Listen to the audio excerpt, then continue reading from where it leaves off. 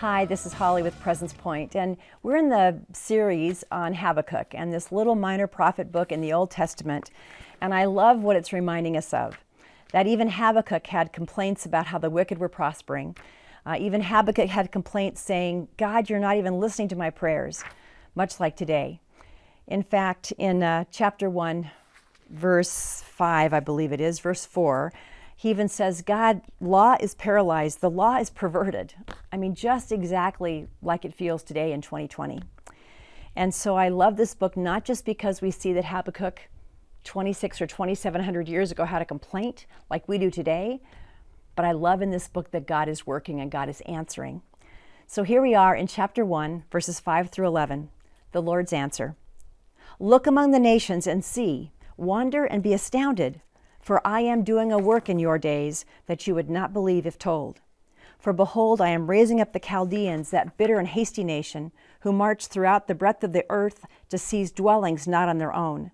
They are dreaded and fearsome. Their justice and dignity go forth from themselves. Their horses are swifter than leopards, more fierce than the evening wolves. Their horsemen press proudly on. Their horsemen come from afar. They fly like an eagle, swift to devour. They all come for violence, all their faces forward. They gather captives like sand. At kings they scoff, and at rulers they laugh. They laugh at every fortress, for they pile up earth and take it. Then they sweep by the wind and go on. Guilty men whose own might is their God. Basically, God is using the Chaldeans, the Babylonians, the enemies of the Jews, to bring judgment on this nation that had walked away from God again. And what I love about the reminder is it's really quite simple. God says to Habakkuk, look among the nations and see, wonder and be astounded, for I am doing a work in your days that you would not believe if told. God is saying to Habakkuk, look, I'm working. It just isn't going to be the way you think it's going to be, because you're going to be astounded that I'm using the enemy here to help. God is saying, I am working, even when we don't see it, even when we feel like he's not. He is working. And he loves us more than we can imagine. And shepherd leaders, he hates sin even more than we do. His ways are perfect. They're far above ours. And his timing is very seldom the same as ours. So I love the reminder here that God's timing is perfect.